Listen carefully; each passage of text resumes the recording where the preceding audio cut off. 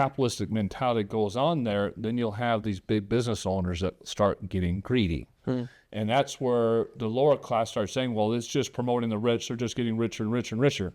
The problem is that once the ultra wealthy, like the Rockefellers back then, were controlling the rail lines, or the Chases, all these people are controlling the banks.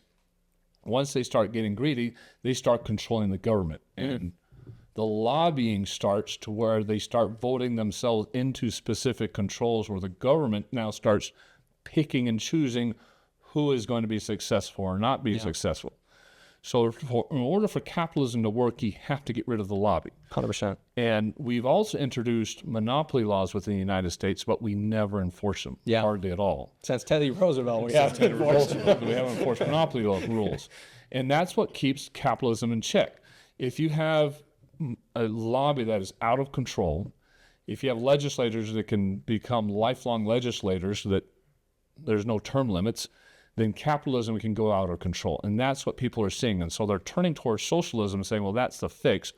When that is not the fix. What the fix is get government out of the public sector and make sure the public sector stays competitive. If I can lobby my competition out and not have to outcompete them, but just lobby them out, that is not capitalism.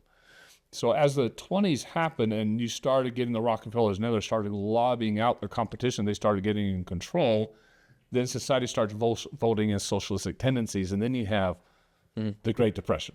Right? Stock market falls, you have the Great Depression. And then World War II pulls us out of that. Something else would have, but World War II pulled us out of that. Then you speed forward, and then you have the people coming back from war into the 50s, and then there's this massive boom. Everybody gets back to work. Capitalism again takes over. We have a couple of great Republican presidents that take out a lot of that regulation, and then the greed starts hitting in again, and people start to lobby out competition.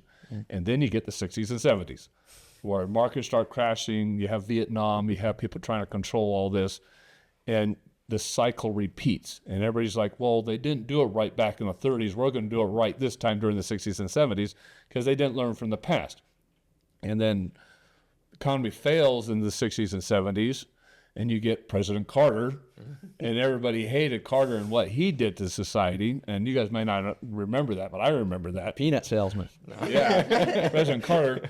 And then everybody's like, well, socialism is not working. Let's reverse that, and we get Reagan, right? Reagan comes in a landslide, wins every state but one, right? And he puts capitalism back into place.